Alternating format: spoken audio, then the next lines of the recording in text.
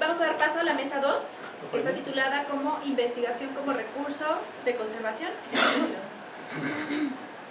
Y bueno, para ello vamos a presentar a los dos ponentes. Edward Charles Pepe, él es de origen norteamericano, es organista e investigador independiente del órgano radicado actualmente en Oaxaca. Ha dado conciertos de órgano en España, los Estados Unidos, Alemania, Holanda, Bolivia y en los estados de Oaxaca, Puebla, Tlaxcala, Guadalajara, Hidalgo, Guanajuato, así como en la Ciudad de México. En el 2011 grabó música de Antonio de Cabezón en el órgano gótico renacentista barroco de Oosthuizen, en Holanda. Sus trabajos de investigación sobre la historia del órgano tubular y del clavicordio en México han sido publicados en la Revista de Musicología, Anuario Musical, Revista Nazarre, Heterofonía, Inter-American Music Review y The Organ Yearbook, entre otros lugares. Su trabajo en torno a los órganos históricos mexicanos ha sido reconocido por la Coordinación Nacional de Conservación del Patrimonio Cultural y la Escuela Nacional de Conservación, Restauración y Museografía, en la cual sirve como asesor externo en el Seminario de Estudio de Órganos Tubulares Históricos de México.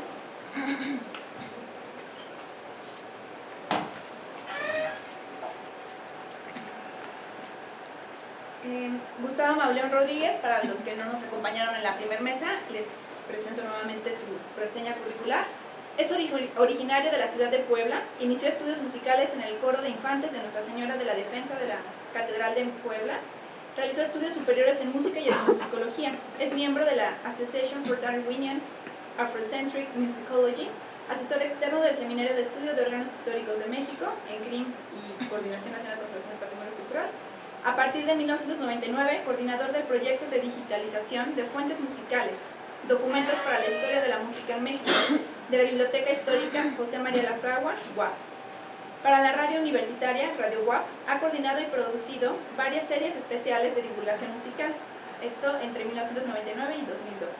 Es autor de diferentes artículos especializados, entre otras publicaciones, el Catálogo de Órganos Tubulares Históricos del Estado de Puebla, 1997, el Catálogo de Órganos Tubulares Históricos del Estado de Tlaxcala, 1999. Coordinador del libro Juan Gutiérrez de Padilla y la época palafacciana, 1910. Como editor ha publicado facsímiles de diversos tratados históricos de música práctica y teórica de los ámbitos hispánico e italiano. Ha sido curador de diferentes exposiciones de música histórica en colaboración con la Biblioteca Histórica José María Lafragua, UAP. La ponencia que a continuación presenta está titulada Algunos casos de utilización, modificación y o desaparición de la octava corta en órganos novohispanos. Gracias, buenas tardes. Voy a omitir algunas extensiones de los teclados por razón de que no trajimos las gráficas, pero las que son muy necesarias las voy a ir diciendo. De todos modos, aquí hay algunos expertos que conocen perfectamente el tema. Durante la primera mitad del siglo XVI se encontraba todavía en los instrumentos de tecla, sobre todo en los órganos grandes de las iglesias, el uso de una extensión de 38 notas. Sin embargo, en España la octava corta en el bajo, do, fa, re, sol, mi, la, si bemol, si, sin las notas accidentales do sostenido, mi bemol, fa sostenido, sol sostenido, pero con una disposición aparente de mi, fa, fa sostenido, sol, sol sostenido, la, si bemol, si, do, fue introducida en la época de los músicos de tecla y compositores, por cierto contemporáneos los tres, Antonio de Cabezón, Juan Bermudo y Luis Venegas de Nestrosa, contando entonces con una extensión de 42 notas, do, re, mi, fa, sol abajo, la a la 2, misma que alcanzaría durante el siglo XVII hasta 45 notas, y en algunos casos en el siglo XVIII 47 notas. Aunque ya empezaban a presentarse casos de la octava tendida, 47 notas, o en el caso del órgano del Evangelio de la Catedral de México, 50 notas. El llamado órgano español u órgano ibérico generalmente mantuvo las características mencionadas, 45 notas en general, durante buena parte del siglo XVII y principios del siglo XVIII en los reinos, y en el Virreinato de la Nueva España no fue la excepción, hasta que eventualmente en el siglo XVIII empezó a dominar la octava baja cromática.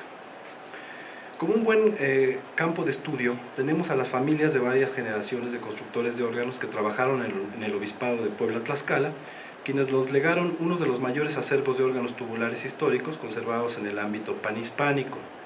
De un par de órganos de la ciudad de Puebla bastante modificados, el primero perteneciente a un exconvento de religiosas carmelitas, que es la Iglesia de la Soledad, y el segundo al convento de las Llagas de San Francisco, que es la capilla del Beato Fray Sebastián de Aparicio. Estamos llevando a cabo algunas observaciones y comparaciones, además con otros órganos, tomando también como referencias otros órganos novohispanos. Ambos instrumentos tuvieron en su diseño original 45 puntos, como dicen los documentos, o notas, como es el caso de otros instrumentos conservados, entre ellos el pequeño órgano de Tepemazalco en el estado de Hidalgo, recientemente restaurado. Sin embargo, con el tiempo los organistas ya no contaban con las extensiones adecuadas, debido a varios factores como el cambio de gusto y estilo en los repertorios musicales, y en ello incidió también el cambio de un sistema de afinación mesotónico, cuya relación con la octava corta es comentado en el libro de Bermudo, al bien templado, digamos. En algunos casos se llegaron a alterar las extensiones, con el órgano de Tepemazalco, por ejemplo, de Do, Fa, Re, Sol, Mi, La, Si bemol abajo, fue modificado a Do, Re, Fa sostenido, Sol, Sol sostenido, La y Si bemol. Se llegó a cambiar la disposición al no resultar suficiente. En casos particulares, incluso se intentó completar la octava añadiendo 4 notas. Un ejemplo de esas ampliaciones, por usar un término, lo tenemos en el caso del clavicordio de Juan Felipe de Olea, hoy en el Museo Nacional de Historia Castillo de Chapultepec, en el que se añadieron solamente 2 teclas, Fa sostenido y Sol sostenido. Por cierto, mi compañero Edward ha publicado un buen artículo sobre ese clavicordio. Los 2 órganos poblanos cuyos casos analizamos, o hemos empezado a analizar, alcanzaron finalmente 49 teclas, Do3 a Do7, perdiendo su octava corta. Esta modificación se llevaría a cabo quizá en épocas cercanas. En ambos hay datos que los vinculan de alguna manera al taller del organero Miguel José Chacón, activo en la segunda mitad del siglo XVIII y los primeros 5 años del siglo XIX. Sin embargo, el de la Iglesia de la Soledad tiene características que nos hacen pensar que se trata de un órgano más antiguo, con varias etapas de intervenciones, y el de la capilla del Beato Aparicio, además, le fue agregado en época muy posterior un registro de contras de madera con su respectivo teclado para el pedal. Eso quizá fue a principios del siglo XX, quizá obra del fabricante de organolas Satriani. Todo esto nos habla de una tradición viva y cambiante de la organería novohispana, y es uno de los aspectos que nos urge entender y tomar en cuenta, sobre todo cuando abordamos el tema de la conservación de los órganos que sobreviven.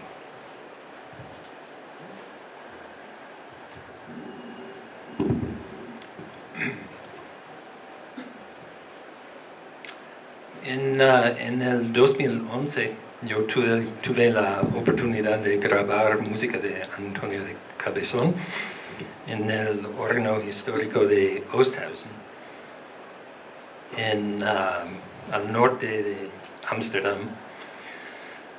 Es un órgano, como todos, realmente con una historia muy complicada.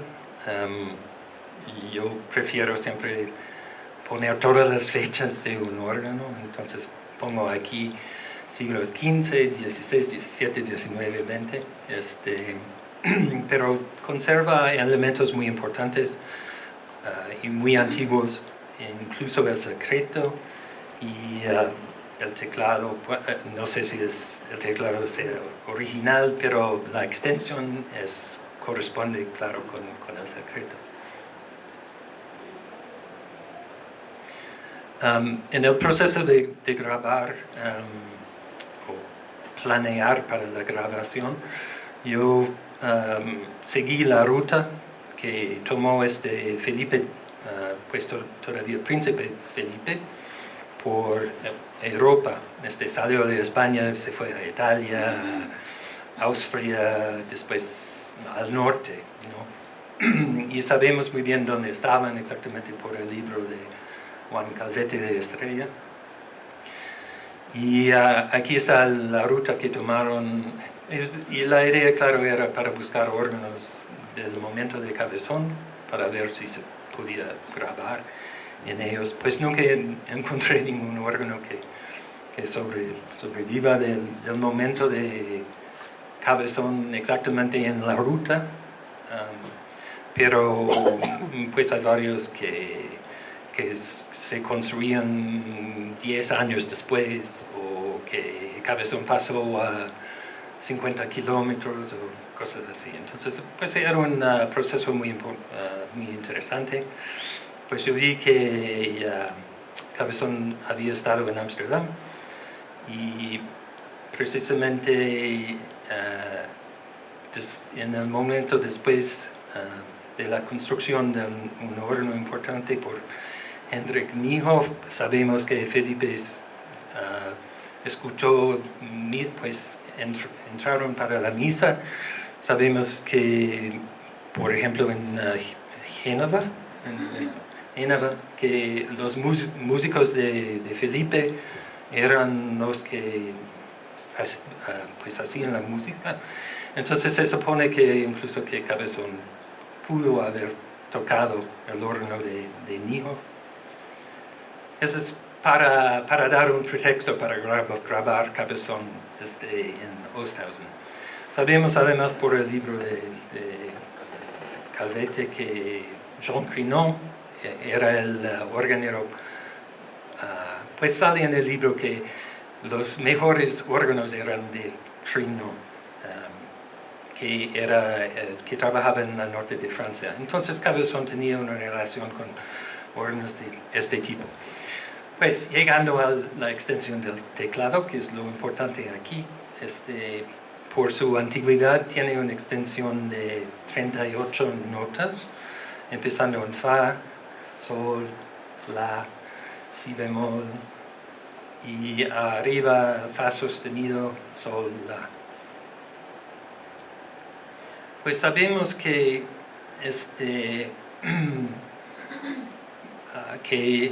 la extensión iba cambiándose siempre, ¿no? Incluso esto de 38 notas sabemos por pretorios que no era, claro, más antigua, la extensión más antigua, que incluso después hubo una extensión de 31 notas sin Fa, Sol, La, Si bemol y Fa sostenido, Sol, dos hilados arriba. Eso se encuentra en el libro de Michael Praetorius, es un Dictamen Musicum, donde aparece algo muy bueno sobre la historia. Pues aquí tenemos entonces la extensión de 38 notas, Fa, Sol, La, Si bemol, Si. Es muy interesante para ver que en las obras de Cabezón pues no hay ningún problema para utilizar esta extensión en las obras litúrgicas, incluso como los glosados, que están basados en el repertorio vocal. Son solamente las obras de carácter profano que bajan hasta do, en el sentido de que no se puede evitar o es mucho más difícil cambiar la música pero en Osthausen caben las obras de Cabezón muy bien.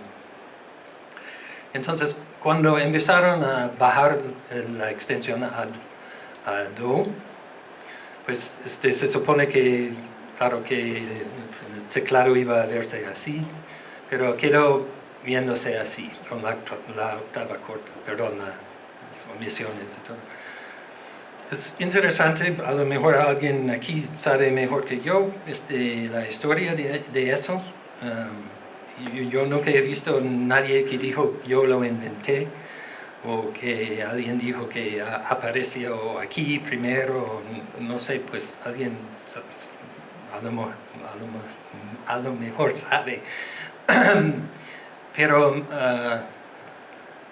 parece realmente que de repente está en todos lados, está en todos los países, en todos los lugares. Es muy impresionante cómo ¿quién tuvo la idea de ahorrar el espacio así, de poner re arriba y mi arriba? No sabemos, o yo no sé. Pero de repente ahí estaba. Aquí está el teclado que incluye Vanegas de Nostrosa con la octava corta. Aquí el teclado de Santa María. Es muy importante señalar, pues aquí ven unos como líneas, ángulos, ¿no? dice la división del tono, pues quiere señalar, dice pues, es importante conocer cuáles de las teclas negras sean bemoles y cuáles son sostenidos. Claro, para nosotros es un poco raro para pensar eso, pero tiene que ver con el temperamento mesotónico, ¿no? En que no hay enarmónicos, que quiere decir que bemol no puede servir para re sostenido y do sostenido no sirve para re bemol, todo eso. Entonces o tienes uno o el otro. Y pues aquí las líneas demuestran cuál es cuál, ¿no? También habla Santa María del tamaño de los semitonos, de semisemitonos, que hay dos entonces nunca habla directamente de mesotónico, pero en efecto sí está hablando de eso. Aquí en resumen de las teclas que sí están y que no están. Es muy importante para mí señalar que algunos ven eso como un límite. Muchas veces yo escucho hoy en día que los órganos estaban limitados porque no se podían tocar en todas las tonalidades. Pero es importante señalar que las obras de Cabezón, de Correa de Araujo, de Pablo Bruna, José Jiménez, Sebastián Aguilera, etc., respetan esos límites, pues para ellos no eran límites, pues toda su obra cabía dentro de esos llamadas límites, ¿no? Entonces hay que tener mucho cuidado en la manera que pensamos en eso. Aquí hay el círculo como afinas el mesotónico, quitando un poco de la quinta para llegar a una tercera mayor. ¿Faltan 10 o ya pasan los 10? Okay. Es la manera. La idea es que cuando llegas al final, que no coinciden, ¿no? Ese es el problema. 12 quintas no producen ¿cuántas octavas? 8 octavas. Entonces, pues es un problema. Pero la otra cosa del temperamento mesotónico es que tiene más intervalos puros. Entonces, si decimos como dijo Cecilia hoy en la mañana que en Jalatlaco sí se puede tocar en otras tonalidades, eso es completamente correcto y todo eso, pero no debemos pensar solamente en eso. Con el cambio al temperamento bien templado o igual, hay que pensar también en las cosas que se pierden. Se pierden los intervalos puros, las terceras mayores.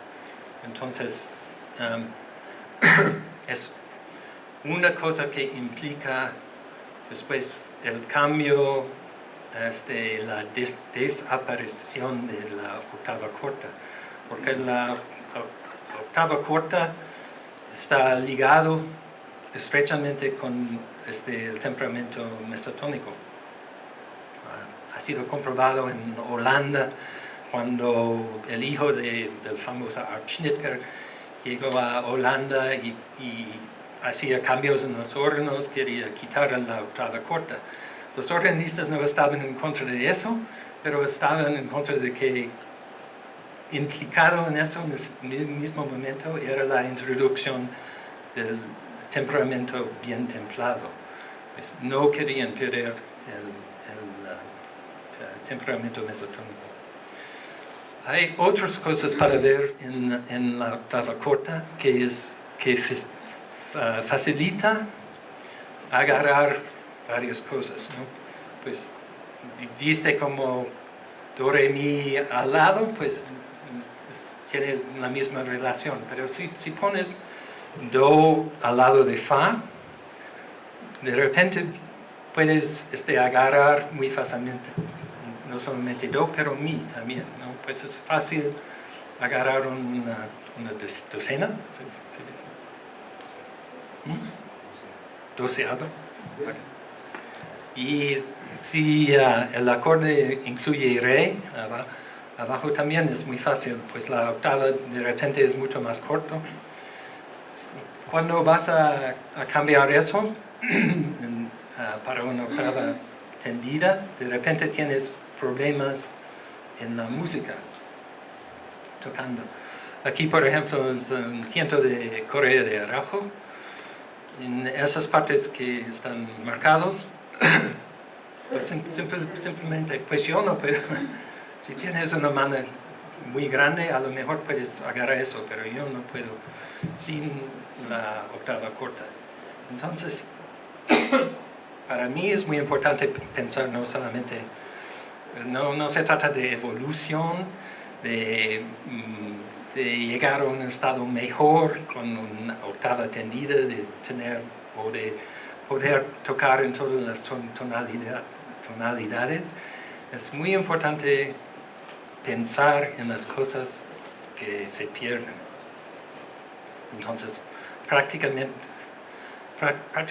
vuelve difícil de tocar muchas cosas con una octava tendida.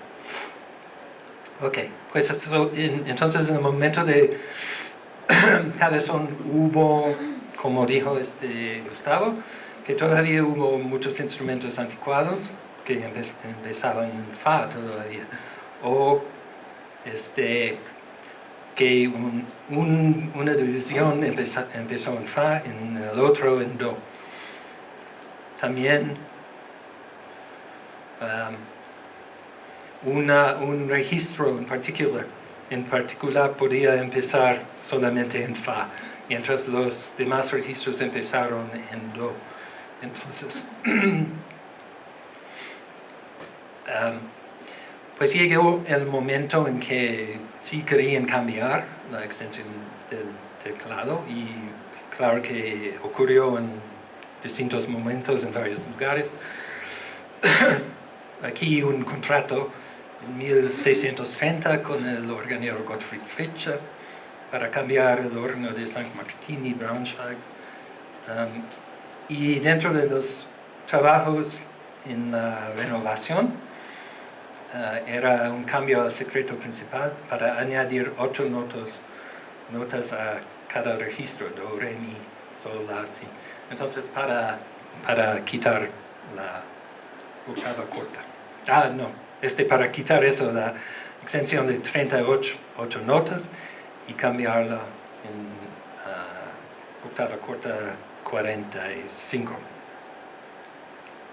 Entonces llega ese momento en que van cambiando, no solamente en instrumentos nuevos, pero también iban cambiando instrumentos ya en existencia. Pues, después, pues tenemos no sé cuántos años de octava corta y mesotónico, 150 años, 200 años, dependiendo. Es impresionante realmente cuánto tiempo quedó estable en ese estado. Realmente es una cosa increíble para pensar. Pero sí llegó el momento para cambiar de la octava corta a una octava tendida, que los músicos ya no estaban de acuerdo con la octava corta. Aquí tenemos 2 casos de cambios que no implicaban ningún cambio al instrumento, realmente que, no cambiar el secreto para incluir más canales, simplemente cambiaron o asignaron otras notas a las teclas que ya existían, cortaron tubos, entonces en San Felipe de los Herreros lo cambiaron do, re, mi, fa hasta fa sostenido do. Entonces tomaron 2 de arriba y lo pusieron abajo. En el horno de Tepemazalco la extensión que resultó era do, re, fa sostenido cromático. Entonces ni siquiera hubo mi en el órgano. Pues muy raro. Si quieres tener una diversión tocando, ahí puedes tenerla.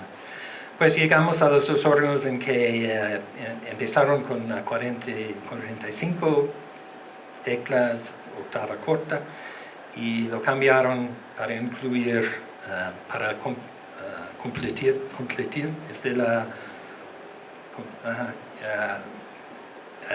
la una es la iglesia del convento carmelita de Nuestra Señora de la Soledad en Puebla. Se desconoce al autor, aunque el nombre de Chacón aparece en un tubo y está sin fecha. Pues aquí está la foto de la extensión del secreto original.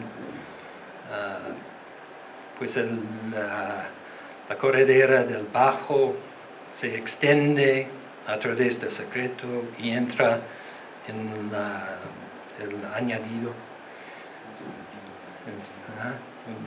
El secretillo de 4 tubos. Entonces, con esa manera lo cambiaron a 49.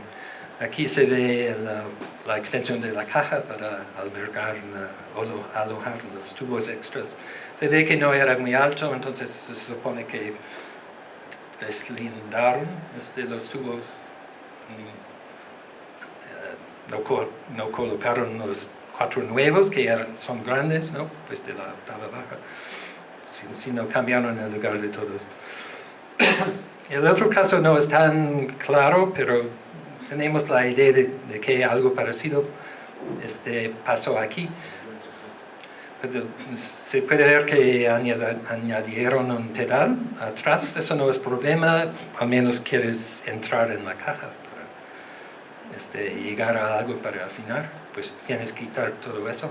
Pero además se nota que el órgano ahora está como, no sé, sí, se desborda. Ajá. Pues que no, eso no es la concepción original del órgano, ¿no? Pues no respeta su propio tamaño o configuración. Y incluso se ve con la flecha, se ve que hay extensiones a la caja, que tenían que construir algo para hacer más espacio. Aquí los tubos, muchos tubos como colocados arriba. Y aquí en la arca de viento se ve que hay 4 válvulas de color distinto. Arriba, pues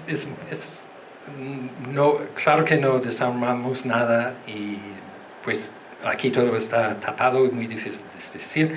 Entonces implica una restauración o un estudio mucho mejor para confirmar que aquí también eso pasó, ¿no? Pero es nuestra idea.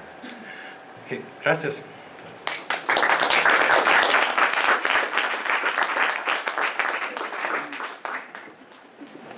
Sí, buenas tardes. Buenas tardes. No, solo quería anotar que en los órganos en España la notación de los tubos que hacen los organeros hasta el siglo XIX, empiezan en 1, en el Fa.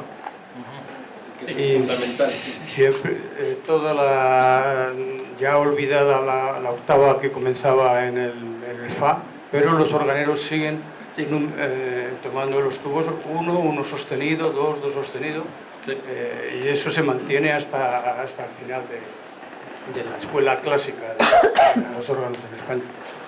Sí. Sí, como aparece en Santa María, ¿no? Pues aquí a lo mejor lo vemos en una ocasión, pero no se ve mucho.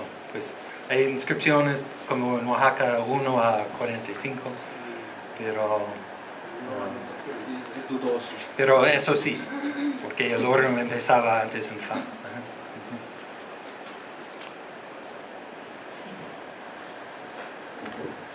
Sí, gracias.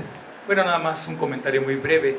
efectivamente lo que decía el maestro Ed respecto de que efectivamente no hacía falta nada, no les hacía falta nada a los compositores de la época, no hacía falta nada.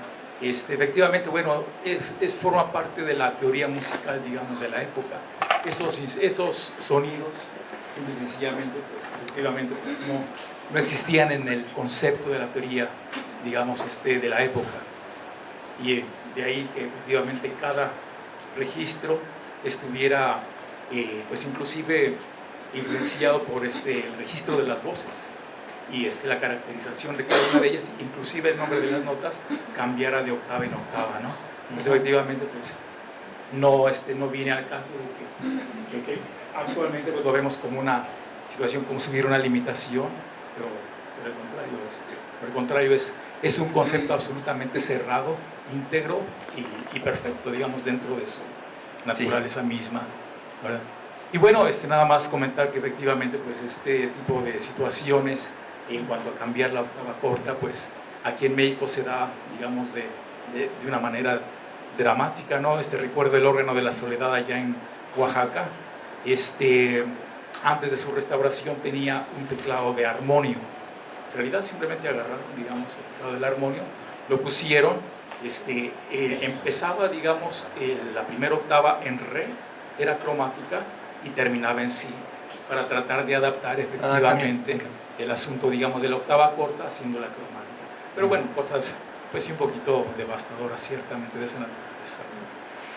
Lo interesante es, los casos, ¿verdad? Que no siempre se procede igual en muchos casos, ¿no? Y eso es lo interesante.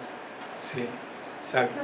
Y bueno, finalmente el tema de la octava corta, por ejemplo, en Oaxaca, que efectivamente ya se comentaba en la mañana, el estilo, digamos, tan ortodoxo de construcción de los órganos en esta región del país, a diferencia del resto de México, pues efectivamente hace que se postergue el concepto de la octava corta, pues digamos, los instrumentos más antiguos conservados al día de hoy, hasta instrumentos, digamos, del 19, concebidos, digamos, en su forma original, como instrumentos de octava corta, como el órgano de Santa María Tino, allá en el estado de Oaxaca. Es un asunto importante para la restauración, llegando que se hace en Tepemascalco, respetaron el cambio que se hizo, que es un punto de vista, yo creo, válido, pero hablando como organista, pues no lo es, porque realmente el órgano, después de, claro que toca cosas y es un órgano muy bonito, pero con la octava corta se podría tocar más cosas y en una manera, pues llegando como un organista, pues que yo ya tengo en mi mente dos extensiones, ¿no? Normal, cromática, y tengo en mi mente la octava corta, de repente yo tengo que aprender otro, ¿no? que es casi único, solamente ocurre ahí en Tepemascalco. Nunca voy a acostumbrarme realmente, ¿no? Siempre va a ser un asunto bueno, eso nos toca a nosotros los organistas, pero... Y por último, nada más comentar el caso de José de Torres, que por ejemplo habla de pues el temperamento mesotónico, habla incluso en sus reglas generales de acompañar de la primera octava corta. Sin embargo, efectivamente en sus obras vemos que pues, bueno, rebasa este tipo de situaciones, pues esta situación pues, ciertamente de interacción entre evolución de las formas de escritura musical y la evolución de la organería, ¿verdad? Sí. Bueno, pues muchas gracias y felicidades. Los autores que mencionaban, Cabezón, Correa de Araujo, Pablo Bruna, etc., ellos escribieron estrictamente para un cuarto de coma mesotónico, o podías jugar entre un quinto, un sexto, No, porque sé que un cuarto de coma, perdón, que un cuarto de coma es muy teórico, ¿no? Yo tenía esa noción, ¿no? Entonces que es un poco más flexible a veces cambiar incluso hasta un sexto, un quinto. Mira, te doy mi opinión como organista que el único mesotónico realmente es cuarto coma. Es el único que llega a tener terceras mayores puras, ¿no? Y ese es el chiste de la cosa, ¿no? Pues si después, si vas dividiendo la coma más, pues sí llegas a poder tocar más tonalidades, pero pierdes eso de y que yo veo, pues no hay razón por eso, pues la idea de sexta coma es poder tocar en más tonalidades y no ocurre en la música de esos compositores. Esto es muy triste para mí realmente, para ver, pues incluso hay órganos aquí en mesotónico, pues la gente necesita acostumbrarse, pasar tiempo con eso, porque dije, no sé, a quién el temperamento mesotónico no es algo que pues también se entiende, pero se siente, ¿no? Es algo que entra en el cuerpo. Eso de la pureza, de la falta de vibraciones, de la pureza, de la calma, de la pues la finalidad de llegar al final con es una cosa que uno tiene que experimentar para apreciar, y mi esperanza que en México que más gente tenga la oportunidad. Ok, gracias. Y ya la última, ¿hay algún término español para la octava corta o es octava corta desde siempre? Octava corta del bajo. No hablan, pues Santa María no sé quién habla, alguien habla de eso, pero al principio no sé. No se sabe más bien, entonces. Como dice, pues es muy raro porque aparece y de repente está en todos los lugares, pero yo nunca he visto a alguien que dijo, pues esa idea fue mía. Ok, gracias.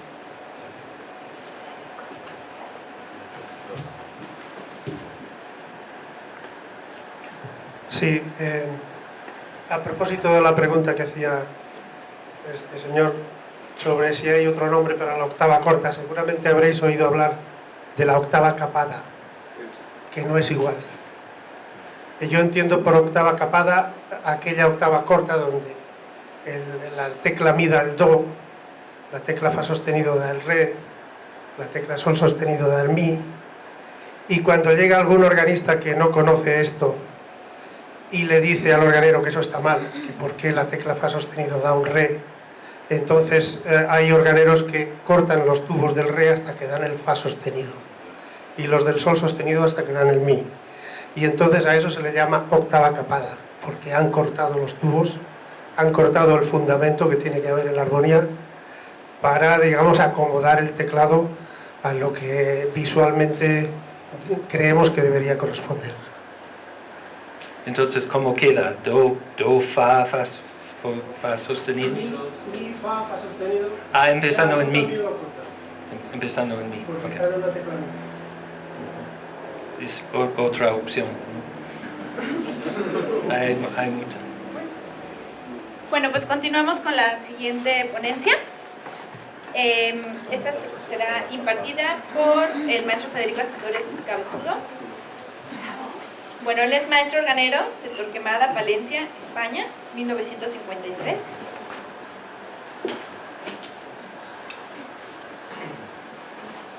Tiene estudios secundarios en Valladolid, estudios universitarios en Pedagogía y Teología en la Universidad Católica de Chile.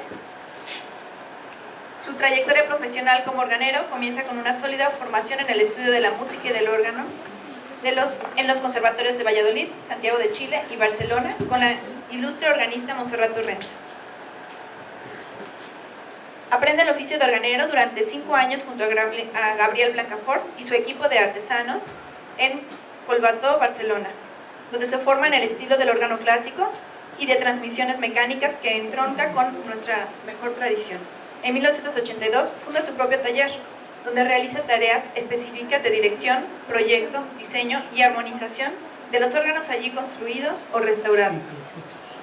Desde 1986 forma sociedad con Alfonso de la Cruz Rojas y Pascal Aubert, conservando el nombre Taller de Organería Citores S.L.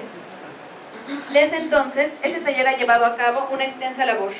102 órganos nuevos construidos, muchos de ellos de gran formato. Más de 65 restauraciones de órganos históricos en España, Filipinas y Portugal. Ha participado como ponente en diversos congresos sobre órgano ibérico en España, Portugal y México. Ha publicado diversos trabajos y artículos sobre órganos nuevos y restaurados. Es miembro del International Society of Organ Builders. Bueno, su ponencia...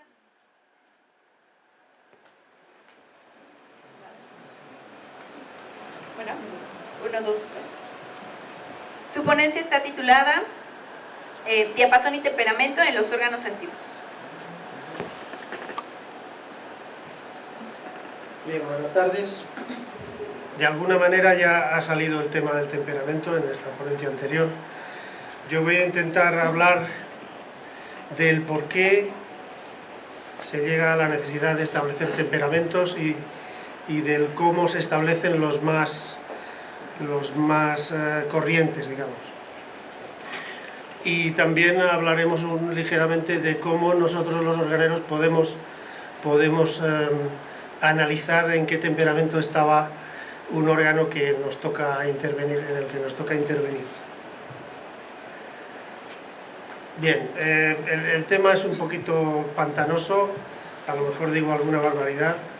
Si hay gente que seguramente sabe más que yo, porque nosotros tenemos más bien un conocimiento práctico de estas cosas, pero toda la teoría que está escrita pues no siempre la tenemos en mente o estudiada suficientemente. Pero de todas maneras intentaré explicarles un poco cómo funciona todo esto. Bueno, nuestro sistema musical se basa en la propia naturaleza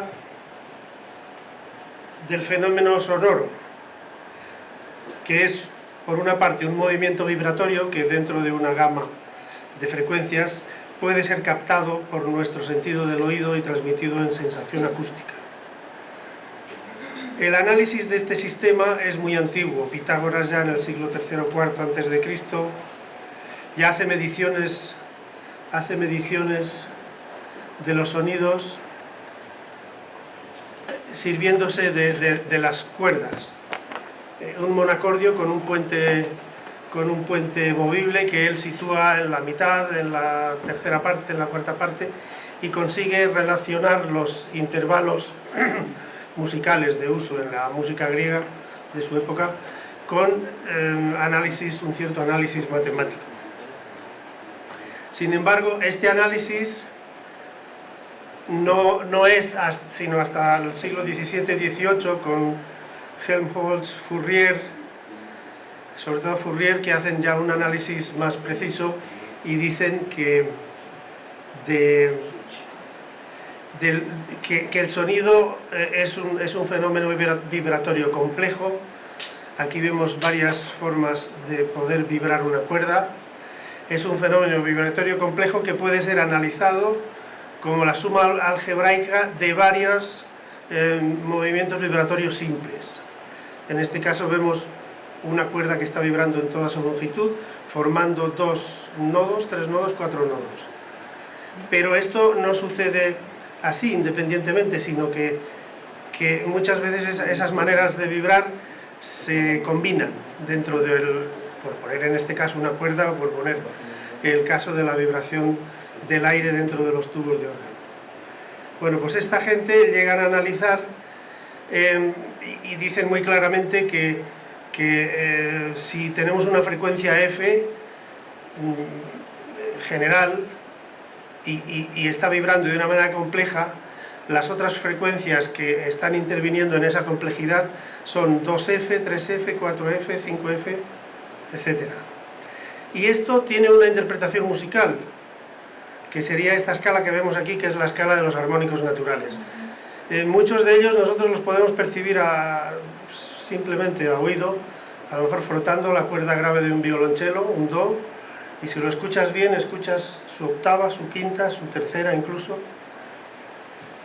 Bien, y este fenómeno de los armónicos naturales nos va dando, como veis, intervalos progresivamente cada vez más pequeños. Octava, quinta, cuarta, tercera mayor, tercera menor, sería una segunda, una tercera, digamos, menos que menor, porque en esta representación las notas que están escritas con redondas corresponden a notas musicales de nuestro sistema, y las que están con negras no coinciden exactamente con notas musicales. Pero realmente todas son armónicos naturales, luego teóricamente todas son consonantes porque son naturales. Ahora, dentro de la práctica musical se han considerado consonantes solamente algunas. Las consonancias perfectas son solamente la octava y la quinta, y hay muchos teóricos la quinta no la consideran tampoco una consonancia perfecta. Y la consonancia tercera, del do al mi, por ejemplo, en este caso, en esta representación, se la considera una consonancia imperfecta. Y de hecho en la práctica musical de la Edad Media no se utilizaba esta consonancia. Los organum, utilizan voces paralelas normalmente en octavas y quintas, y de esta manera todavía se componen las mixturas de los órganos, como reminiscencia de aquellos órganos tremendos como lo que describe Pretorius de la Catedral de Halberstadt, donde hay muchas hileras de tubos, pero todas en formaciones de octavas y quintas. Cuando se introduce la consonancia imperfecta, que la llaman así, la imperfecta, en el Renacimiento, en la polifonía renacentista, es cuando empiezan a plantearse ciertos problemas de qué pasa con la tercera. Si la miramos aquí en la octava más arriba, entre el armónico 8 y el 10, vemos que esta tercera está compuesta de dos segundas, de dos tonos, uno de los cuales es más grande que el otro. De do a re, digamos, la relación numérica es de 9 a 8, mientras que de re a mi la relación numérica es de 10 novenos. Y entonces teóricos como Guido de Arezzo empiezan a hablar de por qué no hacer tonos intermedios. De ahí viene la palabra mesotónico. De alguna manera están buscando el temperamento igual. Al menos ellos estaban hablando de buscar tonos iguales, no tono mayor y tono menor. ¿Por qué? Porque esto, no por la música, sino por la práctica de la música en el teclado. Porque ahí es donde vienen los conflictos, en el teclado. Si nosotros queremos reproducir este esquema de afinaciones naturales con un teclado, a lo mejor necesitamos, según Bartolomé Ramos Pareja, 23, 24 teclas por octava. Fijaos que ya es difícil tocar con 12 teclas por octava. Y según Mersenne, hasta 34 teclas por octava. Puede que haya teóricos que han analizado que aún se necesitarían más teclas por octava si queremos poder tocar en todas las tonalidades posibles. Y con lo cual se nos complica la cosa mucho, ¿no? Bien, de pasada digo que este sistema, de este fenómeno de los armónicos naturales, en este sistema se basa el órgano. Los órganos están constituidos por familias de tubos, pero en las que nosotros ponemos un registro en tesitura de fundamental y diversos registros como representando o forzando la presencia de estos armónicos naturales. El segundo armónico lo llamamos octava, el tercer armónico lo llamamos docena, el cuarto armónico quincena, el quinto armónico decisietena, etc. Es decir, que el órgano está fundamentado en el fenómeno natural de los sonidos armónicos, y las trompetas de pistones también. Cuando tú suenas una trompeta sin mover los pistones, las notas que te salen son precisamente estas, las alícuotas, do, do, sol, do, mi.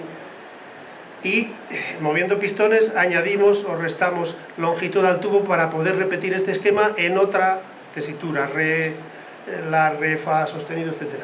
Y de esta manera, con los tres pistones, combinando, que creo que salen 8 combinaciones, pues podemos tocar todas las notas que musicalmente nos necesitamos. Bueno, esto dicho de pasada. Pero hay una cuestión que es absolutamente natural, que es lo siguiente: si nosotros, con estas afinaciones justas que nos resultan de los sonidos armónicos naturales, si nosotros hacemos una serie de 12 quintas, aquí en esto están representadas, no quintas consecutivas, sino que algunas las reducimos a la cuarta para no irnos a un agudo que se nos sale de nuestro espectro audible.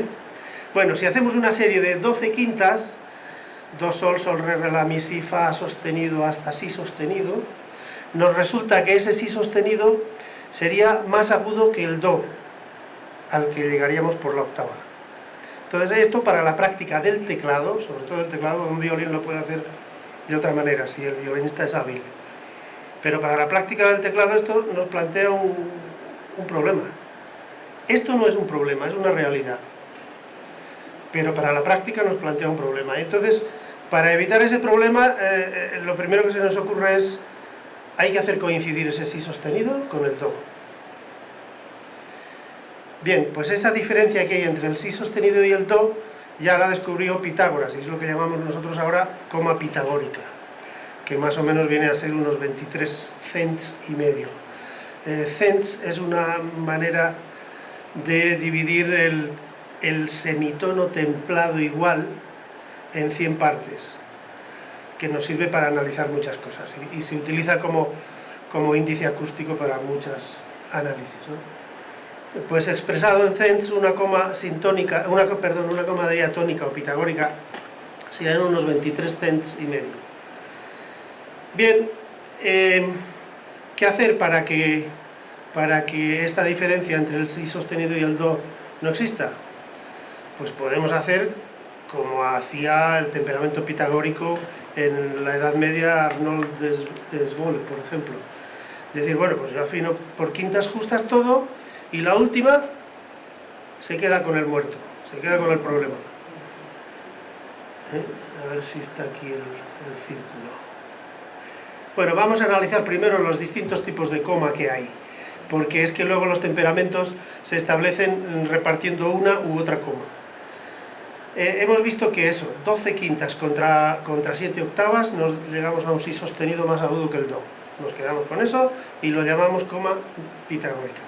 Pero hay otro caso, que es que si nosotros cogemos una tercera justa, esa que se producía entre los armónicos 4 y 5, o entre los armónicos 8 y 10, una tercera justa, do, mi, por ejemplo, y esa tercera justa, intentamos llegar al mi por quintas, sería do, sol, sol, re, re, la, mi, 4 quintas. Pues lo mismo nos pasa, si nosotros procedemos por quintas justas, nos llegamos a un mi que es más agudo que el mi al que hemos llegado cuando la tercera es justa. Y también nos plantea el mismo problema frente al teclado. Entonces, ¿qué hacer? Pues podemos repartir entre esas 4 quintas que provocan esa diferencia, que ahora la llamamos coma sintónica y no pitagórica. Repartir esa diferencia entre esas 4 quintas que la generan. Y eso es lo que llamamos los repartos a un cuarto de coma sintónica. Porque las demás notas del ciclo, luego lo vamos a ver, ya no lo hacemos por quintas sino por terceras justas, con lo cual la diferencia que hemos generado en esas notas la pasamos por terceras a las demás. Y también hay una diferencia que el último se queda con ella. Bueno, hay una coma más que no nos interesa para el caso que estamos tratando, que es la coma enarmónica. Si nosotros procedemos ahora por terceras justas, do, mi sol sostenido y sol sostenido do, también llegamos a un do que es más agudo que el do por octava, y esa es la coma enarmónica. Pero de esta no vamos a meternos más, que ya tenemos bastante problema con nosotros. Bien, pues la manera de resolver esta diferencia, que no digo problema porque no lo es, sencillamente es una realidad física y hay que aceptarla y acomodarse para nuestra práctica en el teclado. Bueno, pues una manera es como hace Arnold Desvole, que es parte del si y va haciendo quintas justas, si, mi, la, re, sol, do, fa, si bemol, re, pum, y en la última, del fa sostenido al si natural, ahí le echa todo el peso de la coma pitagórica. es una manera de afinar, pero esto servía para los órganos cuando se tocaban solamente con octavas y quintas y básicamente melódicamente para acompañar el canto monódico del gregoriano, de la Iglesia. Pero cuando se acepta la tercera, la imperfecta, como intervalo consonante y se practica en la polifonía y se quiere utilizar el órgano para el mismo tipo de música, entonces es cuando nos interesa trabajar por terceras. Bien, aquí vemos otro temperamento en que en este caso reparten la coma pitagórica entre 2 quintas. Las demás las dejan justas y luego hay una diferencia que queda entre estas 2 notas que se llama schisma. ¿Qué es el schisma? El schisma es la diferencia que hay entre la coma pitagórica y la coma sintónica. La pitagórica os había dicho que son más o menos 23 cents y medio. Y la sintónica es un poco más corta, 21 cents y medio. Prácticamente las dos están por entre un quinto y un cuarto de medio tono, ¿eh? Pero el schisma, 23 menos 21, son solamente 2 cent. Es decir, 2 céntimos o centavos de medio tono, es mucho más pequeña. Bien, y hay muchas maneras de repartir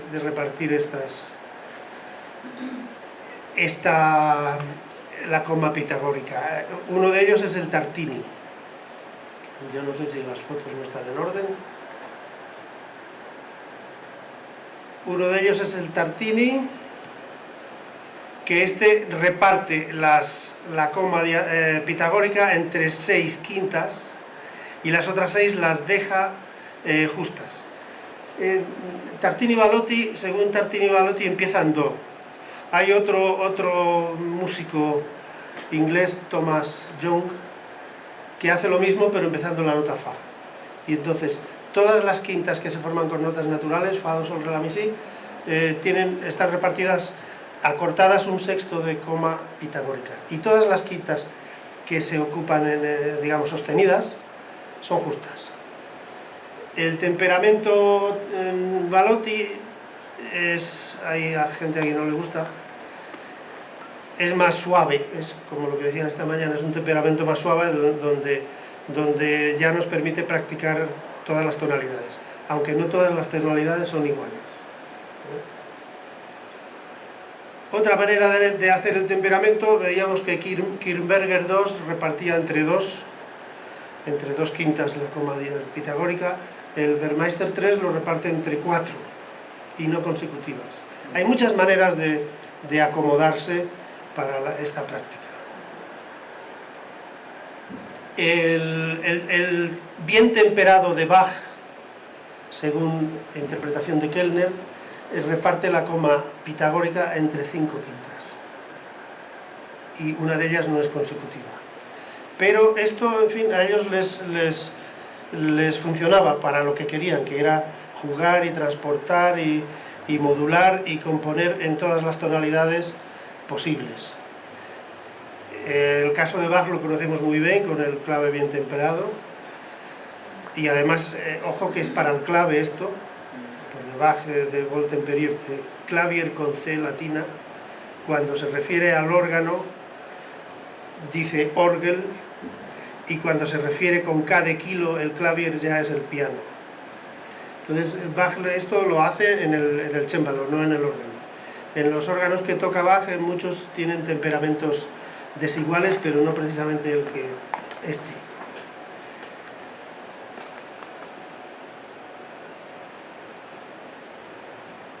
Bien, y el temperamento igual es el que, digamos, el más lógico, que es repartir esa diferencia entre las 12 quintas.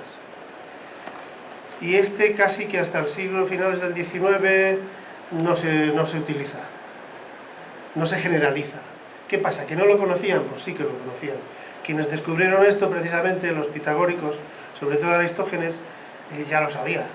Lo que pasa es que este temperamento, curiosamente, ha sido olvidado, rechazado durante siglos porque musicalmente no les gustaba. No les gustaba. Hay una anécdota de un señor que llega hacia 1640 a París diciendo que ha descubierto una manera de afinar perfecta matemática, que era esta. Y lo pone en práctica y la gente, que lo oye dice, mira, será muy matemático, pero no nos gusta. Esto es como ponernos siempre a comer lo mismo. Nos gusta la variedad, ¿no? Y sobre todo esto se pone de manifiesto en la escala cromática.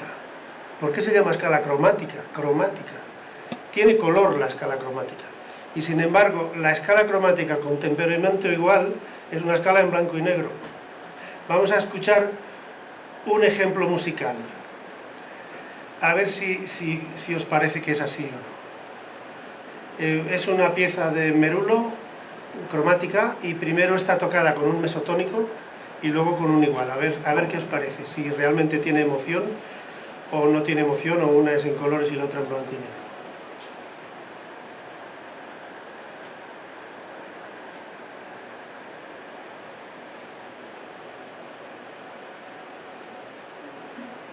Está enganchado esto, ¿no? Y ahora va.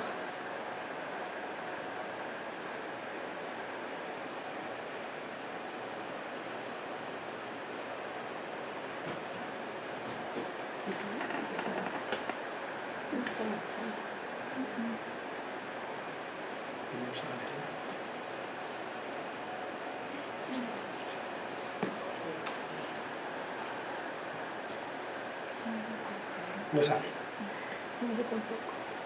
Bueno, es una pena. ¿Cuál es el volumen de Pero es que no la máquina? no inicia, ¿Cómo se sube? no reproduce. Aquí lo llamo con volumen. Dices, Ah, ya. pero no, ¿por qué no avanza? Ahí, más. ¿Sí? A lo mejor no está enchufado. No, es ese negro que está por ahí, Charles.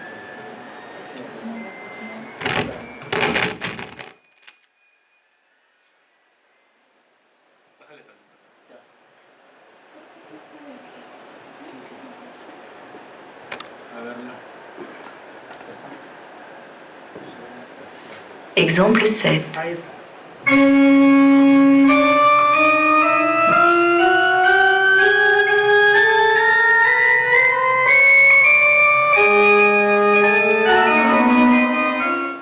Y ahora, blanco y negro.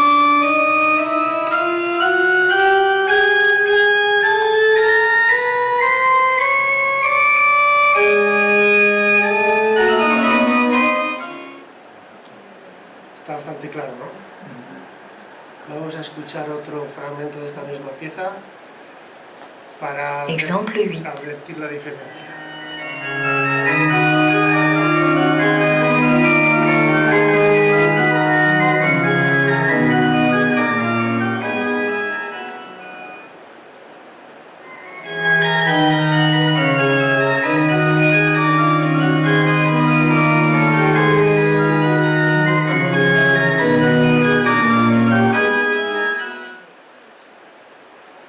Bien, ya que estamos con esto, vamos a escuchar un ejemplo de la tocata Exemple 27. Adagio.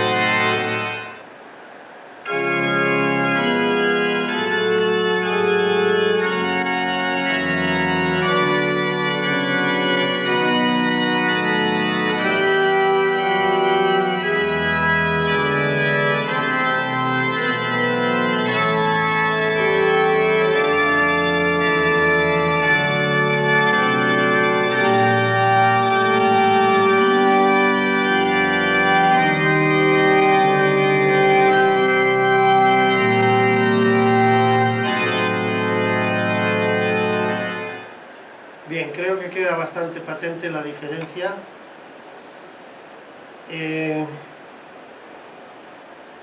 El temperamento mesotónico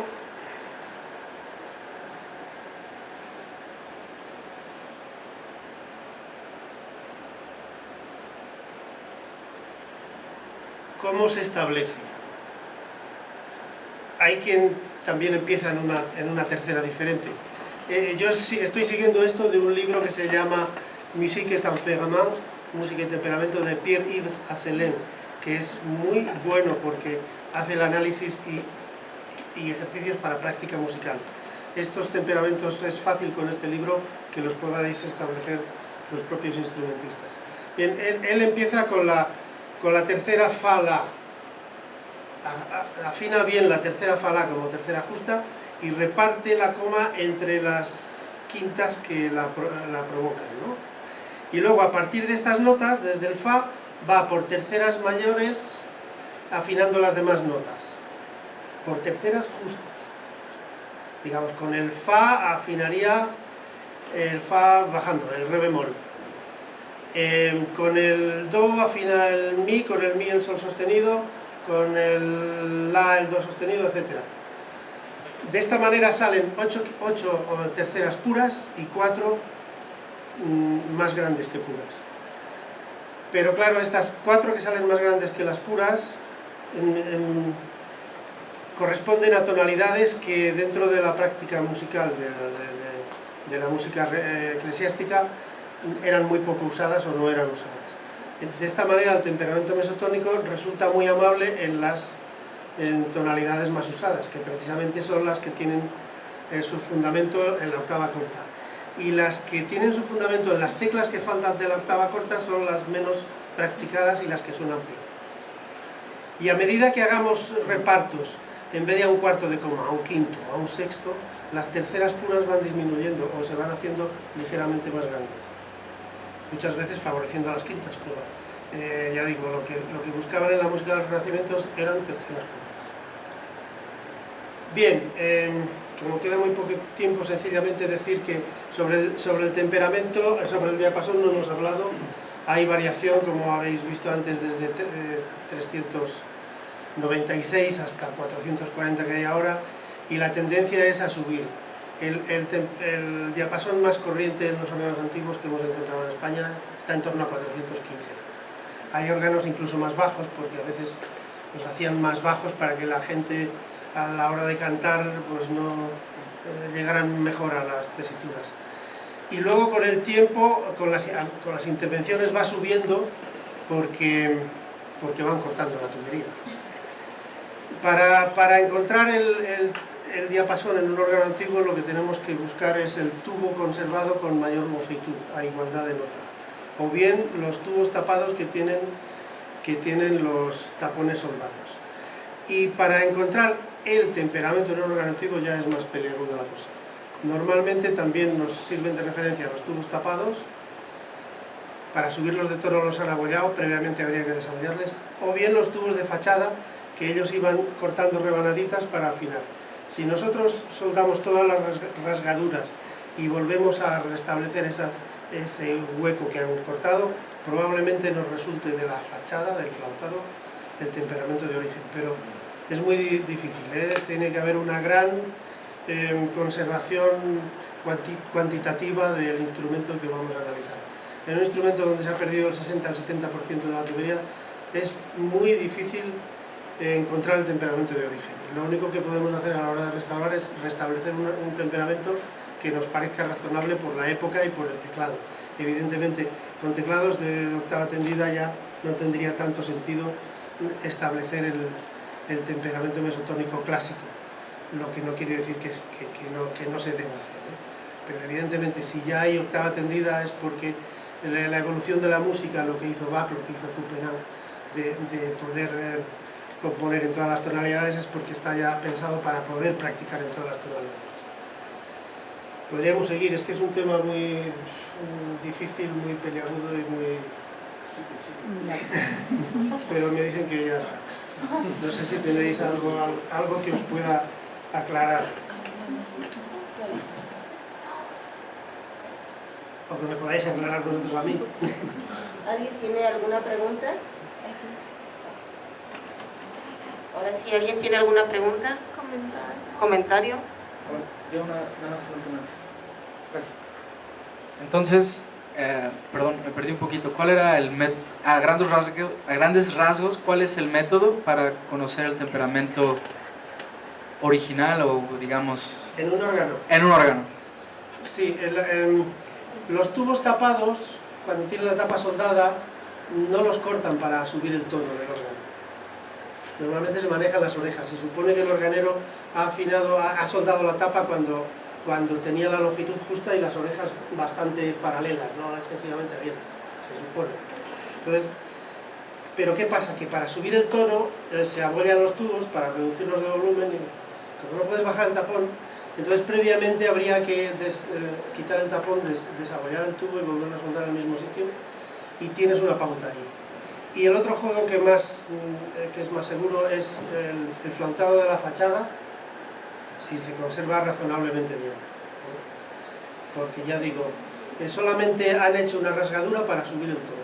Si tú sueldas la rasgadura, vuelves a dejar el flautado en la situación en que la dejó el organero que lo construyó. Pero entonces, ¿el primer método solo con un tubo?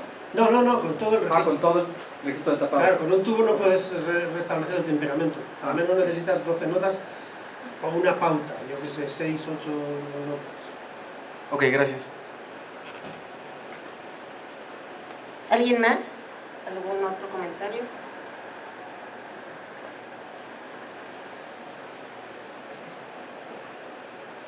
Sí, gracias por la ponencia, muy interesante. Básicamente preguntarte, Federico, ¿cuál ha sido tu experiencia en la construcción de nuevos órganos respecto del tema de la afinación? Por supuesto, obedece siempre a parámetros diferentes. Si se te encarga algún tipo de copia de un instrumento antiguo o si es un instrumento nuevo para tocar qué sé yo, es claro que cada proyecto demanda una situación bien diferente. Pero ¿cuál ha sido tu situación como constructor de órganos? Normalmente en los órganos nuevos establecemos temperamento igual, porque ya me ha pasado en algunas restauraciones en que estableces un temperamento desigual y llega el organista, máxime si es clérigo, y empieza a hacer sus modulaciones y te dice esto está desafinado. Entonces dices, vale, mañana estará afinado. Haces un temperamento igual y está afinado. Esa ha sido mi experiencia. Entonces, en órganos nuevos, salvo que el cliente sepa lo que quiere y te indique qué es lo que quiere, normalmente ahora establecemos un temperamento igual. Y en las restauraciones, pues procuramos investigar el temperamento de origen y básicamente ya sabemos que por época y si hay octava corta es preferible el temperamento mesotónico. En otras ocasiones establecemos el temperamento a un sexto y en otras el Balotti por ser, digamos, más acomodable a las tonalidades que quieren tocar, sobre todo cuando ya son órganos de octava tendida. Sí. Esa es mi pauta.